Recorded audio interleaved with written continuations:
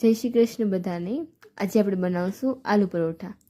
આલુ પરોઠા બનાવવા માટે સૌથી પહેલાં આપણે ગેસમાં બટેકાને બાફી લઈશું। બાફી એના છલટા ઉતારી લઈશું। ત્યારબાદ એને ક્રશ કરીને એના મસાલા નાખી દઈશું। મસાલાની સાથે ડુંગળી અને મરચું સુધારીને નાખેલું છે। અહીંયા મરચું, હળદર, મીઠું અને ધાણા જીરું પાવડર લીધેલું છે। આવી રીતે મસાલો આપણે તૈયાર કરી લેવાનો છે। ત્યારબાદ એક બાજુ લોટ બાંધી અને એની રોટલી વણવાની છે। ત્યારબાદ આપણે જે મસાલો બનાવ્યો હતો એ એમાં નાખવાનું છે।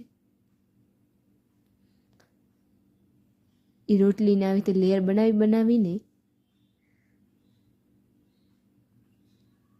ગોલ કરવાનું છે। ત્યારબાદ ઉપર જે લોટ વધે છે એને આપણે કાઢી નાખશું।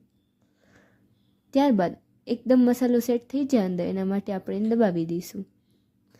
ત્યારબાદ એને વણી લઈશું।